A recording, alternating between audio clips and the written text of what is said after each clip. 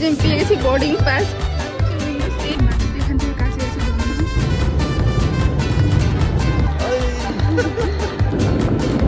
আমার সবগুলোরই ইচ্ছে ছিল যে আমি আমার বরের সাথে ফার্স্ট ফ্লাইট যাবো, বাট আমরা অনেকক্ষণ থেকে গল্প করছি।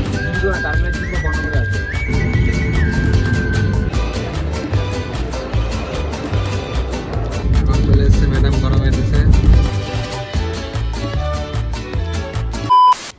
Hello everyone, welcome back to my channel. I hope তোমরা সবাই খুব ভালো আছো আর আমি খুব ভালো আছি। ভিডিওটা কী নিয়ে তোমরা তো ভালো করেই বুঝতে পেরে গেছো। আমার ফার্স্ট সলো ফ্লাইট ট্রাভেল কেমন এক্সপিরিয়েন্স সেটাই তোমাদের সাথে শেয়ার করব। সর্বপ্রথম তোমরা দেখতে পাচ্ছ যে আমি ট্রেনে আছি, আর ট্রেনে থাকার কারণ একটাই যে আমাদের মালদাতে কোনো এয়ারপোর্ট নেই, যার কারণে আমাকে বেরিয়ে যেতে হয়েছে কলকাতার জন্য। আর তোমরা জানোই যে কলকাতায় আমার শ্বশুরমশাই থাকেন, তো আমি সেখানেই যাব। হ্যাঁ, কলকাতায় যদি রুম না থাকতো তাহলে তো আমাকে ডিরেক্ট এখান থেকে এয়ারপোর্টে যেতে হতো, বাট একটু জার্নিটাও হয়ে যেত আর কেমন একটা ফ্রেশ ফিলও করতাম না। তো যাই হোক, আমি শুধুমাত্র এই রেস্টের জন্যই গিয়েছিলাম, যে কিছু ঘন্টা রেস্ট হয়ে যাবে রুমে, কমসে কম আমি রাতটা ঘুমাতে পারবো। নাহলে এই ট্রেনে আমি এই কারণে ট্রেনটা আমি সকালে নিয়েছিলাম, নাহলে আমার হাজব্যান্ড বিকেলের দিকে করছিল। বিকেলে বা সন্ধ্যার পরে করলে কী হতো, আমাকে সারা রাত জেগে তারপরে এয়ারপোর্টে পৌঁছাতে হতো, আর সারা রাত আমার ঘুমও আসতো না ঠিকঠাকভাবে, যে আমার ফ্লাইট আছে, ঘুম চলে আসলে উঠাবে কে, কারণ আমি একা একাই যাচ্ছিলাম। তো যাই হোক, আমি ফাইনালি রুমে চলে এসেছি। আর সন্ধ্যাবেলা ওপর থেকে খুব সুন্দর একটা ভিউ, যেহেতু আমাদের রুমটা একদম এয়ারপোর্ট থেকে কাছেই। তো যাই হোক, আমরা সন্ধ্যাবেলা বেরিয়ে গেছিলাম, মানে আমি আর আমার শ্বশুরমশাই বেরিয়ে গেছিলাম এই মিষ্টি নেওয়ার জন্য, মিষ্টি বলতে সন্দেশ নেওয়ার জন্য আমার বরের জন্য। ও খুব বেশি পছন্দ করে মিষ্টি খেতে, আর যেহেতু আমি ফ্লাইটে যাচ্ছি তো এবার খারাপ হওয়ারও কোনো সম্ভাবনা নেই, ওই জন্য আমি বলতে বাবাই আমাকে কিনে দিচ্ছিল সন্দেশ। Hello everyone, welcome back to my channel. আশা করছি তোমার সবাই খুব ভালো আছে আর আমি খুব ভালো আছি। এখন হচ্ছে আমার বাড়ি ছেড়ার পালা। সকাল সকাল উঠে বাবা আর আমি বেরিয়ে গেছি। আমি একাই যাব, আহমেদাবাদ যাচ্ছি।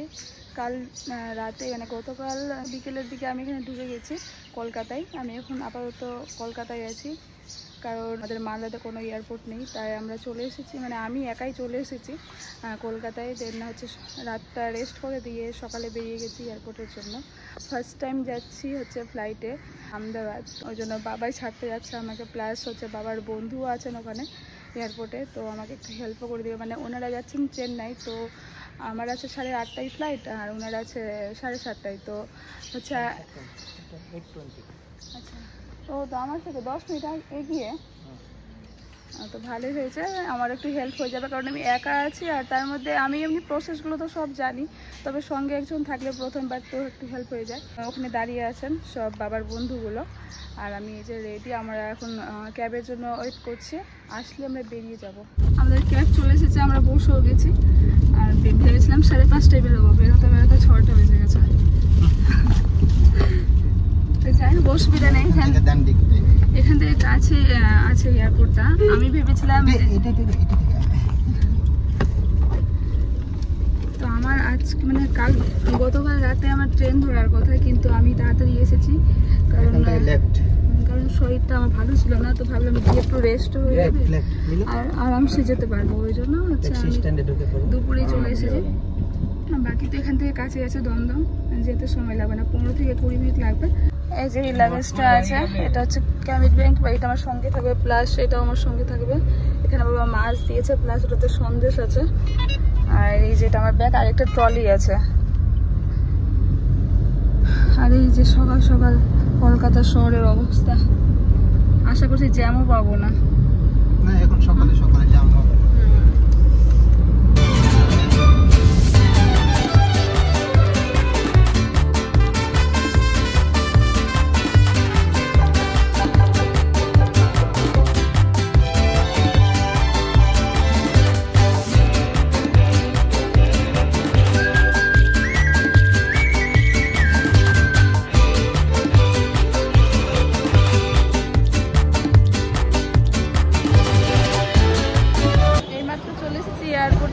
এখন লাইনে যেতে হবে এন্ট্রির জন্য, আর প্লাস আমার ওই বাবার বন্ধুদের খোঁজাখুঁজি করছি আমরা যে কোন দিকে আছে।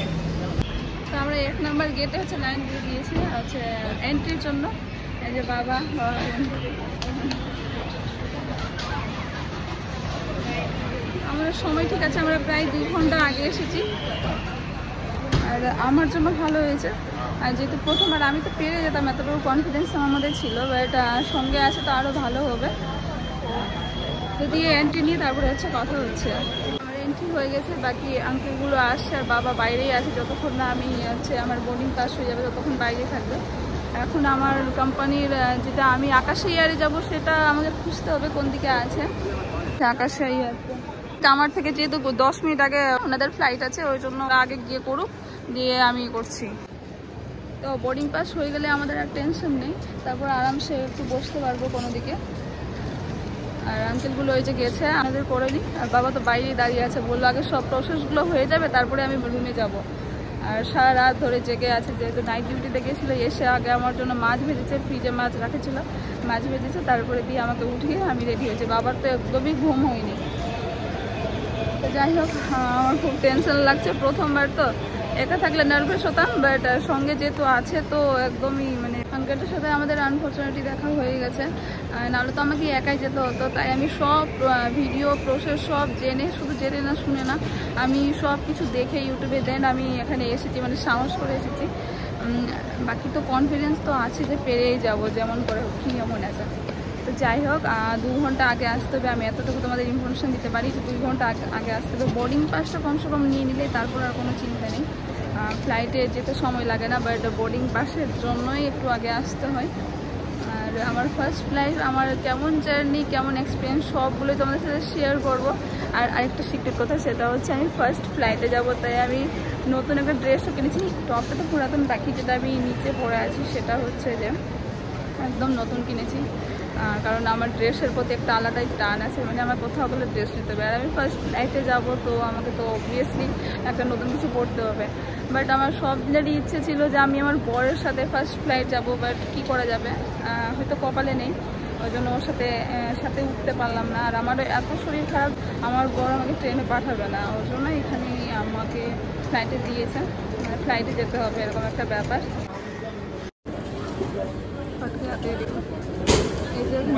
যে আমি পেয়ে গেছি বোর্ডিং পাস, প্লাস হচ্ছে উইন্ডো সিট, যদি অ্যাভেলেবেল থাকে তাহলে যেন দেই। আর একদম মিডিলে দিয়েছে, পেছনেও ছিল মিডিলেও ছিল, তো আমাকে একদম মিডিলে দিয়েছে। আমি খুব এক্সাইটেড যে আমি উইন্ডো সিট পেয়ে গেছি। এখন হচ্ছে আমাদের সিকিউরিটি চেক হবে, এখানে ক্যামেরা করা যাবে না, তো আমি একটু পরে করছি। আমাদের সিকিউরিটি চেক ইন হয়ে গেছে, তো এখন হচ্ছে আমরা আমার গেট अभी हम कहाँ जा रहे हैं? भाई इधर ही गेट हमारा। अच्छा, आपके कितने नंबर पर? मेरा 18, आपका 20। আচ্ছা, তো আঙ্কেলের 18 নম্বরে যাবে আর আমি যাবো হচ্ছে 20 নম্বরে, পাশাপাশি একদম আছে। বাকি এখন আমরা খাওয়া দাওয়া করতে আছি। ठीक है, अब थोड़ा रेस्ट। আমরা একটা ফটো তুলাই নিন, ফটো তুলবো। আমি তো জানি না যে আমি ফ্লাইটে যাবো, নাহলে আমি ট্রাইপডটাও নিয়ে আসতাম, ট্রাইপডও আমার আনা হয়নি। তো যাই হোক, সব কিছু ঠিকঠাক করে হয়ে গেছে। আমাদের হচ্ছে সিকিউরিটি চেক, দেন বোর্ডিং পাস সব কিছু ঠিকঠাক হয়েছে। আমি ব্যাগে ওরকম কিছু আনিনি। এই যে এখানে হচ্ছে প্লেনগুলো দাঁড়িয়ে আছে, আমরা আকাশে যাবো, এগুলোর মধ্যেই হবে এটা। আমি আমার গেট নাম্বারে দাঁড়িয়ে আছি, এই যে 20। মেবি এটাই আমাদের ফ্লাইটটা হতে পারে। এই যে আমার গেট নাম্বার দিয়ে মনে হচ্ছে এটা ফ্লাইটের, জানি না কেমন করে যাবো এখন। যাই হোক, এই যে आज रास्ता है क्या? हाँ। তো ওখানে আঙ্কেলকে বসিয়ে আমি একটু ঘুরতে, মানে চারদিকে একটু দেখতে আসলাম, কারণ একটু দেখে রাখাই ভালো, আবার নেক্সট টাইম হয়তো আসতে হবে। আসতে চাইছিলাম যে না কোনো ব্যাপার না, আমি চলে যাব, কারণ ওনারা না আসলে তো আমাকে একাই যেতে হতো। আমি ওটাই বুঝালাম যে কোনো ব্যাপার না, কোনো ভয় নেই, আমি পারবো। তো একটু আমি চারিদিকে ঘুরে আসছি যে কোথায় কী আরও আছে। আমার গেট নাম্বার এখানেই, আমি চারিদিকটা ঘুরে বেড়াচ্ছি, এদিকে পুরোটা বসে আছে। এখানে অনেকগুলো রেস্টুরেন্টও আছে, তো সেখানে যাওয়া আমাদের জন্য বেনিফিট নয়, কারণ ওখানে অনেক প্রাইসও লাগবে। শপিং করার জন্য অনেক মানে স্টোরগুলো আছে, ব্র্যান্ডেডগুলো আবার। এই যে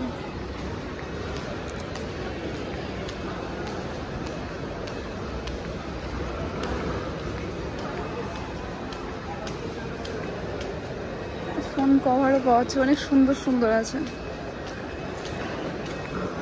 আমাদের সিকিউরিটি চেকিং হলো, বাকি তারপরে আমরা ভেতরে আসলাম। আমি একটু সামনে যাব। এই পাশে অনেকগুলো স্টোর আছে, আমি একটু ঘুরে ঘুরে দেখছি। আমার সঙ্গে আসতে চাইছিল আঙ্কাল, আমি মানে করলাম না, বিরক্ত করলাম না, কারণ সারা রাত ধরে ওনারা হচ্ছে ট্রেন জার্নি করেছে, তো বললাম তুমি একা একা ঘুরে আসছি, কোনো ব্যাপার না। সবই তো ঠিক আছে, বাট আমার ফটো তোলার অসুবিধা হয়ে গেছে একটু, আর কিচ্ছু না। আমি ফটো তুলতে পারবো, আমি স্ট্যান্ডও নিয়ে আসিনি, আর আমি বলতেও পারছি না।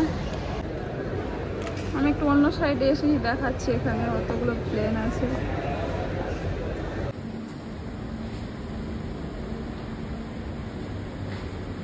এখন আমি নিজে নিজে ফটো তোলার চেষ্টা করছি, কারণ হচ্ছে যে এখানে আমি কোনো স্ট্যান্ডও আইনি, সঙ্গে আমার কেউ নেই, আর যাই না আঙ্কেলগুলো পারবে কিনা আমি বলতেও পারছি না। তো যাই হোক বলবো, শেষে বলবো, ধৈর্য ধরে এখন বসুক, রেস্ট করুক। তো ওই জন্য নিজে নিজে আছে সিটে রেখে, আর আমি হচ্ছে নিজের ফটো তুলছি, কিছু করা নাই। সঙ্গে লোক না থাকলে যাবে, আমার বড় থাকলে আমি ওকে এত ফটো তুলে ওই জন্য। আর আমার এই যে ড্রেস হচ্ছে, এই যে এটা আমি লং স্কার্ট শুধুমাত্র ফ্লাইটে উঠাছি, আর বাকি তো এটা আমার ঘোরা তো নিয়েছেন। তো কেমন লাগছে আমার, আমাকে অবশ্যই তোমরা আমাকে কমেন্টে। এখানে তো অনেকগুলো স্টোরও আছে, আর পাশে তো কিছু নিতে পারছি না, বড় থাকলে সঙ্গে নেওয়া যায়, কারণ নিজের টাকা ধ্বংস করতে ভালো লাগে না। এখন টাকা খরচা করতে গেলে আমার পকেট থেকেই যাবে, ওই জন্য কিছু নিচ্ছি না। আর আমাকে তো খাওয়া দাওয়া করতে হয়েছিল, বাট সকাল টাইমটা আমার খাওয়া দাওয়া ঠিক পোষাচ্ছে না, মানে পোষাবে না আর কি। আর হচ্ছে আমার তো 8:30-তে ফ্লাইট আছে, এখন 7:30 হয়, আরও 1 ঘন্টা ওয়েট করতে হবে আমাদের।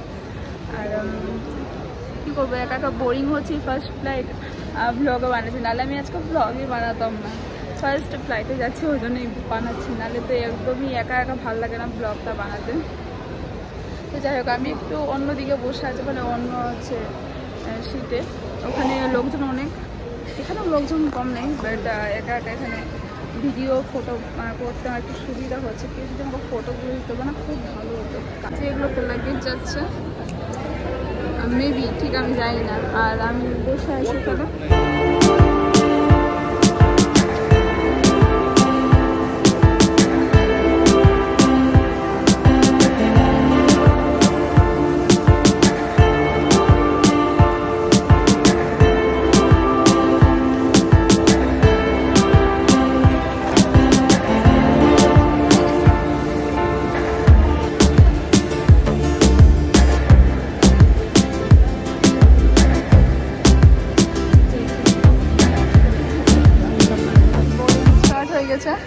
নেক্সট আমি হচ্ছে যাবো, আমার জোন 2 আছে, তো আমি যাব আগে ওনাদের হয়ে যা যে আমার হয়ে গেছে। আমি ফ্লাইটের জন্য যাচ্ছি সামনে, বাকি আমি একটা পার্টনার পেয়ে গেছি, একচুয়ালি সিঙ্গেল লেডিস আছে, তো উনি আসছেন, পেছনে সিট আছে, তো তাই তো আমি একটু এগিয়ে যাচ্ছি। আমাদের সিটের ভিতর দিয়ে একদম ফ্লাইট তো লেগে গেছে, আমি ভাবলাম বাসে করে দিয়ে যেতে হবে। যাই হোক, ভেতর দিয়ে বাইরে মানে নামার সময় 6 7 6 6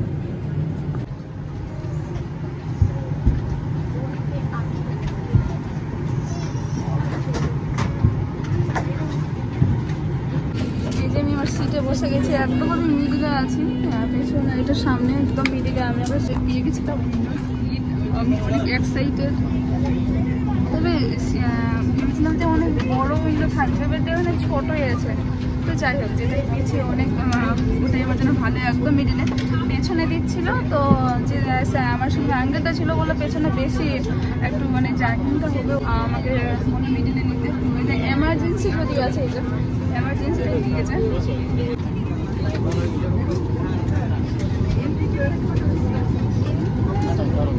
আমি একদম এমার্জেন্সি গেটটাতে এসেছি।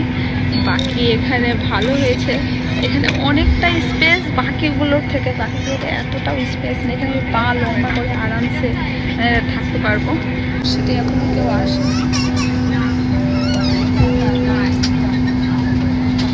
সঙ্গে কেউ থাকলে বেশি মজা হয়, একা একা কেমনটা বড় করে।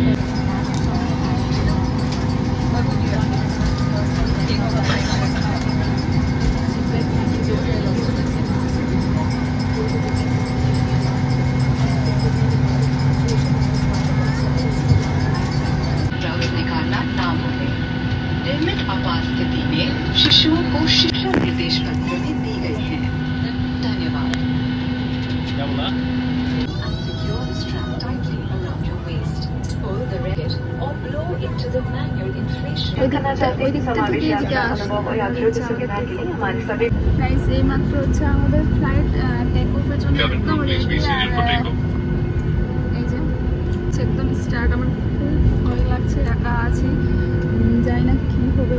অ্যাকচুয়ালি আমি উপর থেকে খুবই ভয় পাই, জানি না কী হবে। সাহস নিয়ে শুধু বসে আছি, পাশে জুতা আর ইয়ে আছে। এই দুটো বই অলওয়েজ আমার সঙ্গেই থাকে, আর ওটা সঙ্গেই আছে। আর একদম টেক অফ করার জন্য আমি ব্যাক ক্যামেরা দেখাচ্ছি। যেমনটা তোমাদের বললাম যে আমি ওপর থেকে প্রচুরই ভয় পাই। আমি 3rd ফ্লোর 4th ফ্লোর থেকে আমি তো নিচে দেখতে পাই না, সেখানে আজকে আমি ফ্লাইটে যাচ্ছি, তাও আবার একা। তাই আমি মাইন্ডটা ডাইভার্ট করার জন্য কন্টিনিউ ফোনটা অন রেখেছি, ভিডিও করছি, ফটো তুলছি, যেন আমার মাথা আমার সব কিছু ফোনের দিকে থাকে, আমি যেন কোনো রকম কিছু ফিল না করতে পারি। তো আমার রিয়েকশন দেখে তোমরা কেউ হাসবে না, এখানে অনেক কিছু ক্যাপচার হয়েছে।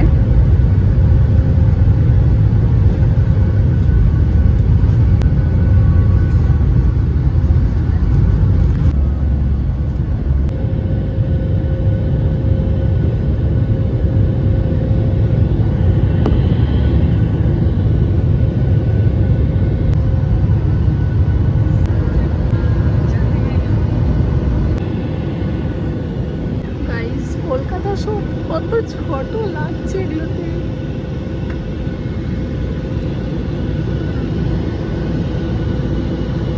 টেক অফের সময় আমার অবস্থাটা তোমরা দেখতেই পাচ্ছ। আমার এখন ভিডিও এডিট করার সময় এত বেশি হাসি পাচ্ছে। তো যাই হোক, অ্যাকচুয়ালি আমি নাগরদোলাতেও উঠতে পারি না, আর আমি কেমন করে যে ফ্লাইটে উঠে চলে আসলাম, এখন বাড়ি ঠিকঠাকভাবে পৌঁছে গেছে, আমার তো খুব অবাক লাগছে। আকাশে কানটা বন্ধ হচ্ছিল, আর আমার রুটটা বাকি এখন ঠিক লাগছে, আর এখন কোনো সমস্যা নেই, আর এত বেশি সুন্দর লাগছে। कुछ ही समय में कैफे दासा की जलपान सेवा आरंभ करेगी। हमारे स्वादिष्ट और स्वास्थ्य मील्स के ऑप्शंस में चुने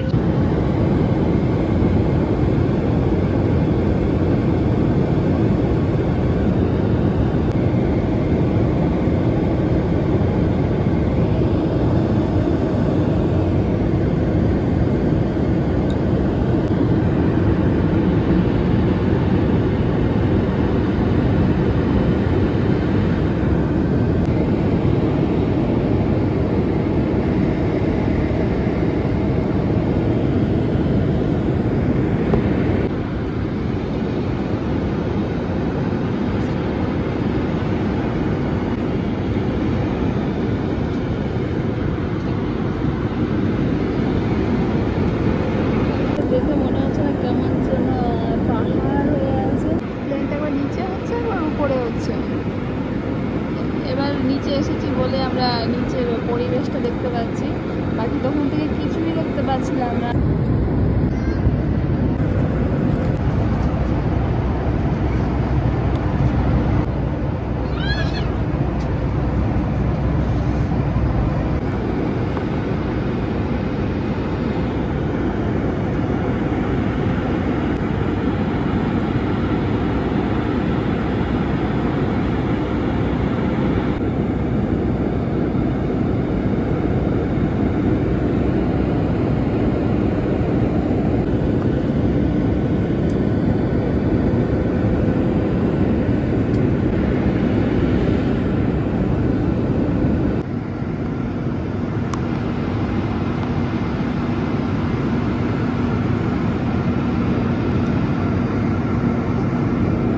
ব্লগিং না করলে আমি জানতেই পারতাম না যে আমার মধ্যে এত গুণ আছে। আমি একা একা এত বকছি ফ্লাইটে, তারপরে হচ্ছে এয়ারপোর্টে এত বেশি বকছি। আমার খুব বেশি অবাক লাগছে যে আমি এত কথা বলতে পারি।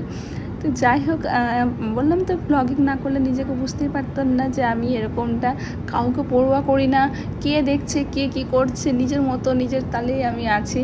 তো যাই হোক, এত জার্নির পর এখন আবার ল্যান্ড করার সময় চলে এসেছে। আমার রিয়াকশন দেখে তোমরা বুঝতেই পারবে যে যেমন টেক অফ করার সময় রিয়াকশনটা হচ্ছে সেম, আমার ল্যান্ড করার সময় সেম এক্সপিরিয়েন্স। আমার এত বেশি অসুবিধা হচ্ছিল, তবু আমি ফোনটা অন রেখেছি যে ফোনের চক্করে, ফোনে যেন আমাকে খারাপ না লাগে, ওই চক্করে যেন আমি জিনিসটা ফিল না করতে পারি, তবুও তো একটু অসুবিধা হয়। আর আমার এত বেশি খুশি লাগছিলো যে আমার বর আমাকে রিসিভ করতে এসেছে। কতদিন পর আবার আমাদের দেখা হবে।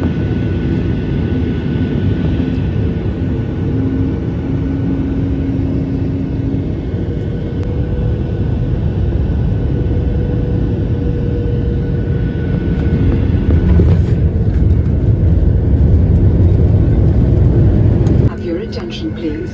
We have not yet reached our parking bay.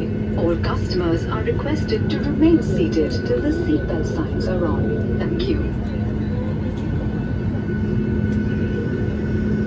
পাশে আমার আরেকটা আঙ্কেলের সঙ্গে দেখা হয়ে গেছে, অনেকক্ষণ থেকে গল্প করছি আমরা। আমার চ্যানেলটাই সাবস্ক্রাইব। এরকম কখনো হয়েছে যে আমি জার্নি করবো আর কারোর সাথে আমি কথা বলবো না, পরিচয় হবে না?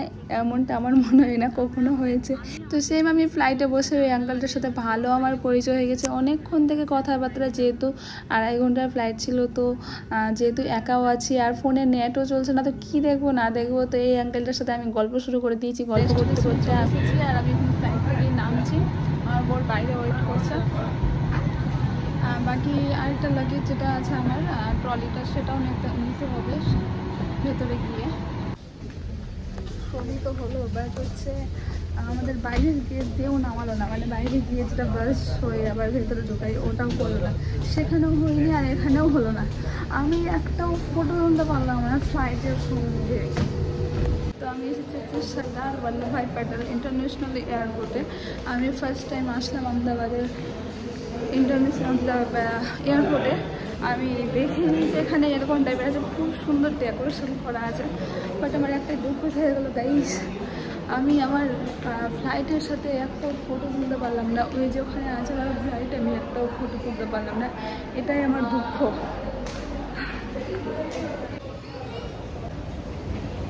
এসে গেছে আমার লাগেজ নেওয়ার জন্য, জানি না ট্রলিটা কোথায় ঘুরছে এখন।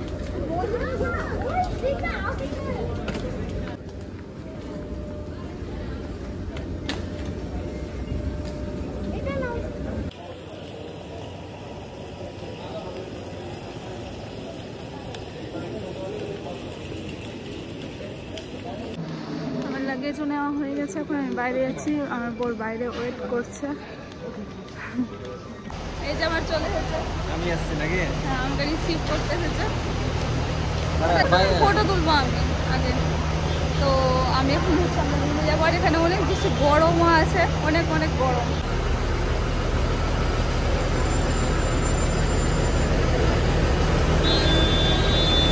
এখন চলে এসছে ম্যাডাম গরমের দেশে, ঠান্ডা থেকে বরফের দেশ থেকে চলে এসছে গরমে, মরুভূমিতে।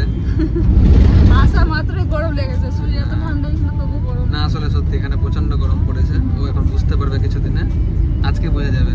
না আজকে হয়ে যাবে। দিনের বেলা প্রচন্ড রৌদ্র, প্রচন্ড। কন্টিনিউ এখানে থাকছে তো ঠিক লাগছে। হ্যাঁ এখানে আছি তো আমার খুব গরম লাগবে এখন, হয়তো শরীরও খারাপ হতে পারে। তো আমরা এখন বাড়ি যাচ্ছে, রুমে ওই বাড়ি। হ্যাঁ বাড়ি যাচ্ছি। আর আমার হচ্ছে ফ্লাইটের জার্নি খুব ভালো লেগেছে। হ্যাঁ দুটা, একটা বয়স্ক মানে যে দেখালাম আমি, ওনার সাথে ভালো পরিচয় হয়ে গেছে। আর একটা মহিলা ছিল কলকাতায়, ওর সাথেও ভালো ইনভাইট করলো নাকি বাড়িতে? হ্যাঁ আমি বললাম মালদা আসলে যে না আসে। কোথায় বাড়ি আছে? বাড়ি আছে ইন্দোরে। ইন্দোর। হ্যাঁ তো অনেক গল্প সল্প করতে করতে আসলাম। আর আমার খুবই ভালো লাগলো, আকাশে একটা জগৎ দেখতে খুব সুন্দর লাগলো। তা আজকে আমাদের এখানে ভিডিও ভালো দেখতে পাচ্ছিল নিচে? নিচে যখন উপরে অনেক উপরে তখন চলে দেখতে গেছিল হবে না, না, তখন মেঘের উপরে ছিল। মানে একে তো বাদল চারিদিকে কিছু দেখা যাচ্ছে না, তারও আবার উপরে চলে গেছে যে বাদল আর দেখা যাচ্ছে না, শুধুমাত্র ধোঁয়া ধোঁয়া মতো লাগছিল। মানে শুধু উপরে নীল আর উপরেও কোনো বাদল নাই, আর নিচেও বাদল দেখা যাচ্ছে না, এরকম একটা লেভেলে গেছিল। তো খুবই ভালো লাগলো। আবার 2.5 ঘন্টা ধরে আমি একটু উপরে মাঝখানে একটু হয়েছিলাম, তো জানালাটা বন্ধ করে দিয়েছিলাম, দিয়ে আবার খুলে দিয়েছে 10 মিনিট পর। তো যাই হোক, আর ওর জন্য মাছ এনেছে, মানে বাবা ফ্রাই করে দিয়েছে আমাকে। রাতে 3টার সময় বাবা মাছ ফ্রাই করে দিয়েছে। আমি করে দিতাম, বাট আমি মাছ ফ্রাই করতে পারি না, বাকি আমি সব করতে পারবো, মাছ ফ্রাই করতে পারি না। তো এসে ওই জন্য করেছে। আর এখন আমি বাড়ি গিয়ে ওটাই ফিশ কারি বানাবো ওর জন্য, আর আমি খাবো। তো আজকে আমাদের এখানে ভিডিও ভালো লাগলে please like comment share subscribe করবে।